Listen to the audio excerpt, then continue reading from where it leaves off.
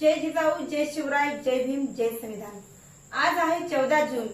तर आपण 14 जून या दिवसाचे काय महत्व आहे ते पाहणार आहोत। 14 जून 1928 रोजी डॉक्टर बाबासाहेब आंबेडकर यांनी विद्यार्थ्यांसाठी आणि उपेक्षित समाजाच्या शिक्षणासाठी अत्यंत महत्त्वाची अशी डिप्रेस्ड क्लासेस एज्युकेशन सोसायटी म्हणजे दलित शिक्षण संस्था स्थापन केली होती। बाबासाहेबांचे स्पष्ट मत होते की शिक्षण हे वाघिणीचे दूध आहे आणि जो ते प्राशन करेल तो गुरगुरल्याशिवाय राहणार नाही। केवळ राजकीय हक्क मिळवून समाज बदलणार नाही, तर त्यासाठी समाजात शैक्षणिक क्रांती होणे गरजेचे आहे। याच विचारातून त्यांनी या संस्थेची पायाभरणी केली। या चळवळीची आणि संस्थेची माहिती आपण पाहूया। त्यामागील पार्श्वभूमी आणि बाबासाहेबांचा उद्देश। त्या काळात अस्पृश्य आणि बहुजन समाजातील विद्यार्थ्यांना शाळा कॉलेजमध्ये प्रवेश देणे अत्यंत कठीण होते। गरिबी आणि सामाजिक भेदभावामुळे अनेक विद्यार्थी शिक्षण सोडून देत असत। उच्च शिक्षणासाठी तर त्यांना कोणतीच सोय नव्हती। या विद्यार्थ्यांना हक्काचे व्यासपीठ आणि सोयी सुविधा मिळवून देणे हा या चळवळीचा मुख्य उद्देश होता।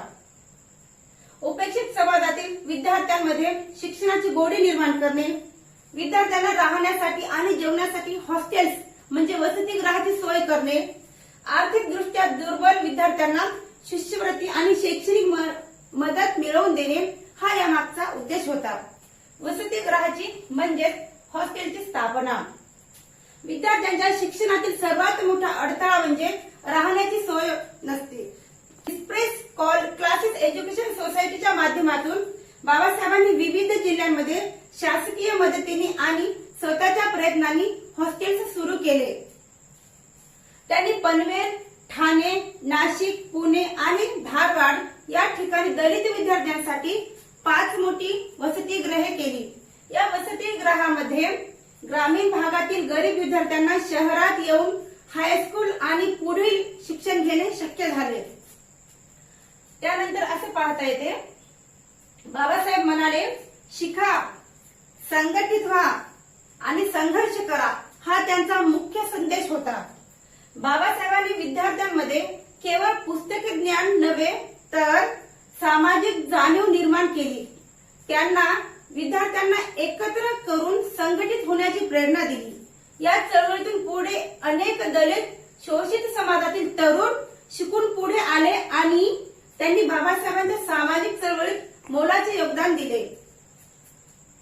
त्यानंतर या चळवळीतील पुढील रूपांतर आपण पाहूया। 14 जून 1928 ची ही चळवळ केवळ शाळा कॉलेज पुरती मर्यादित राहिली नाही।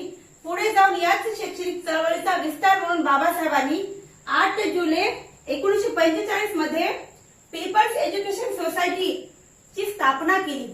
त्या अंतर्गत मुंबईतील सिद्धार्थ कॉलेज आणि औरंगाबाद मधील मिलिंद कॉलेज यांची स्थापना केली।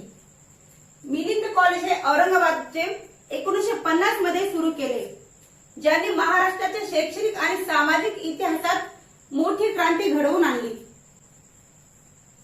थोडक्यात सांगायचे तर काय, 14 जून 1928 मध्ये बाबासाहेबांनी सुरू केलेली ही चळवळ केवळ एका संस्थेची स्थापना नव्हती, तर ती वंचित बहुजन समाजातील विद्यार्थ्यांच्या अंधारमय जीवनात ज्ञानाचा प्रकाश पसरणारी एक ऐतिहासिक घटना होती, असा या आजच्या दिवसाचा महत्व आहे। जय जिजाऊ, जय शिवराय, जय भीम, जय संविधान।